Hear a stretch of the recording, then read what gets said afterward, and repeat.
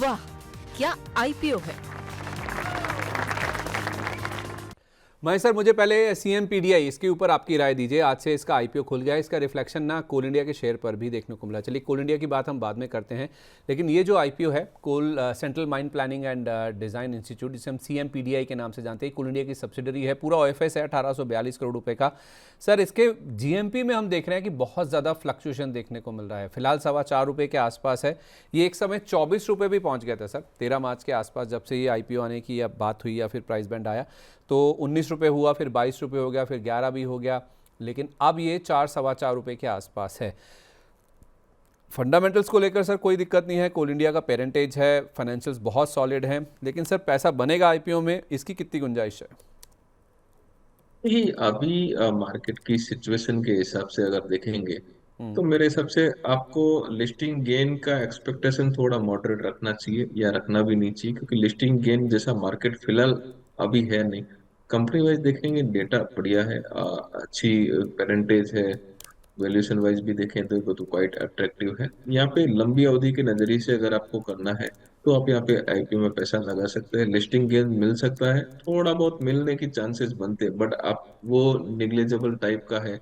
तो listing gain को ध्यान में ना रखते हुए लंबी अवधि में रखें, पैसा लगाएं। मेरे हिसाब से लंबी अवधि में थोड़ा स्टॉक्स ठीक भी कर सकता है, पेरेंटेज भी बढ़िया है, तो उसको ध्यान में रखते हुए एक लॉन्गर टर्म का बेट जो है वो वैलिड बैठता है। लिस्टिंग गेन के हिसाब से इसको एडवाइज नहीं कर रहे, लेकिन लॉन्गर टर्म के हिसाब से इसको अप्लाई किया जा सकता है। लॉन्ग टर्म के लिए अप्लाई कीजिए। लोकेश जी, आपकी भी यही राय है?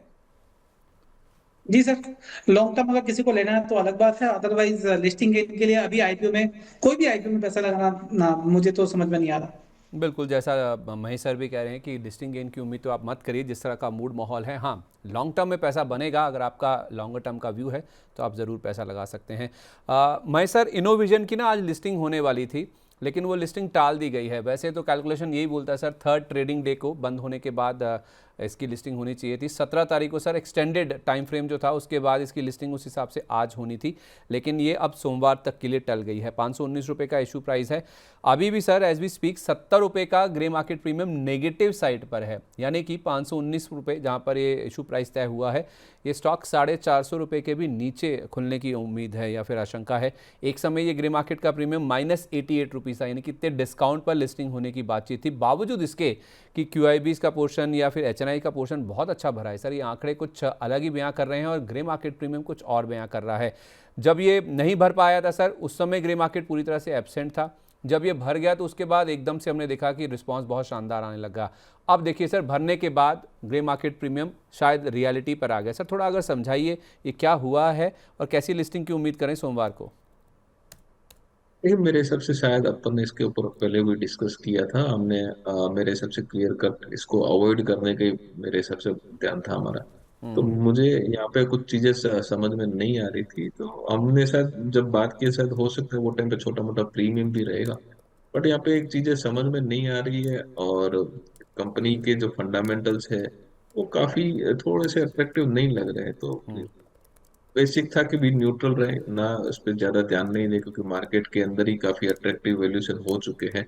तो वो सारी चीजों को भी ध्यान में रखते हुए अभी नेगेटिव ग्रे मार्केट है उसके ऊपर कोई कमेंट नहीं कर सकते, लेकिन फिलहाल अगर कोई भी डाउन साइड मिलता है उसके बाद में सेटल होता है, 1-2 क्वार्टर के नंबर कैसे आते हैं, कमेंट्री कैसे आती है, उसके बाद में ये टाइप की कंपनीज में वापस इन्वेस्टमेंट के लिए कोई भी राय बदलेगी। लोकेश सर, आपका भी यही व्यू है?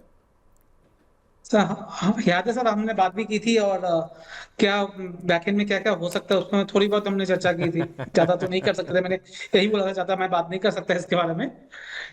वो अब मार्केट में देखने को मिल रहा है। रिटेल इन्वेस्टर को इससे समझना चाहिए, और आगे से जिसने भी पैसा लगाया हो, आगे से वो चीज समझ जाए और पैसा ना लगाए तो ज्यादा अच्छा है। तो पैसे से ज़्यादा लर्निंग काफ़ी ज़्यादा है इस आईपीओ में, तो लर्निंग के हिसाब करेक्ट से करेक्ट। इसको बहुत ध्यान में रखिए। जो बातचीत हुई है ना, बड़े सोफिस्टिकेटेड वर्ड्स में कई सारे एक्सपर्ट ने इसके बारे में थोड़ा आपको हाईलाइट करने की कोशिश की है। तो इनोविजन का आईपीओ एक आई ओपनिंग है, इसमें कोई ज़्यादा इनोवेशन तो नहीं है, लेकिन हाँ आई ओपनिंग ज़रूर है ये, कि इसको आप ज़रूर ध्यान में रखिए। लोकेश सर, ये एक 24 तारीख को आईपीओ खोलने वाला है, अमीर चंद जगदीश कुमार एक्सपोर्ट्स। इसके नंबर्स बहुत बढ़िया हैं, ग्रे मार्केट भी 6 रुपये के आसपास का प्रीमियम बता रहा है। ये कंपनी शायद चावल एक्सपोर्ट से जुड़ी हुई है, तो इसमें पैसा लगाना चाहिए क्या? नाम में ही सर अमीर है। हम भी अमीर है सर, तो ठीक है। बट अभी तो मैं अवॉइड जोन में ही रखूंगा सर। एक बार आने दीजिए, आईपीओ आने दीजिए, उसके बाद देखेंगे। लास्ट 2 साल से जबरदस्त सर इसमें ग्रोथ आया है। हम्म। इस हिसाब से सर केआरबीएल या दूसरी कंपनीज में आया नहीं है, जिस हिसाब हाँ से इस कंपनी ने ग्रोथ दिखाया है। जी। तो पॉजिटिव साइड में देखें तो काफी अच्छा कर रहा है, और नेगेटिव साइड में इसी चीज को देखें तो क्या ये आईपीओ आने की वजह से प्राइस बढ़ रहा है, धंधा बढ़ रहा है, हम्म। वो क्वेश्चन मार्क आ जाता है।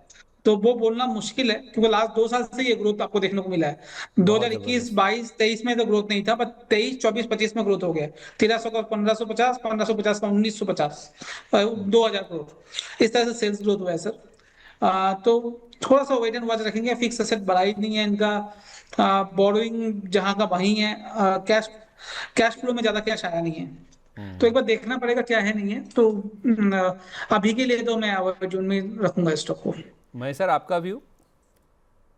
नहीं, मैंने फिलहाल इसको स्टडी किया नहीं है अभी तक। हमारा नोट वगैरह इसमें कुछ रिलीज हुआ नहीं, तो ज्यादा कुछ कमेंट नहीं कर पाऊंगा। हाँ ठीक है, अभी आईपीओ आया है, नंबर्स ठीक ठाक लग रहे हैं जैसा कि आपने स्क्रीन पे बताया। बट वापस से फर्दर रिव्यू करके मेरे हिसाब से अगर नंबर्स ठीक ठाक है, कोई डिस्क्रिपेंसी नहीं होगी, तो यहाँ पे भी एक लंबी अवधि के नजरिए से टाइप से अप्लाई करने का एक रेटिंग जारी हो सकता है। बट अभी तक ज्यादा कुछ देखा नहीं, तो कोई कमेंट नहीं कर पाऊंगा। ठीक है, तो अभी के लिए तो इसमें कोई कमेंट नहीं है। वाह, क्या आईपीओ है।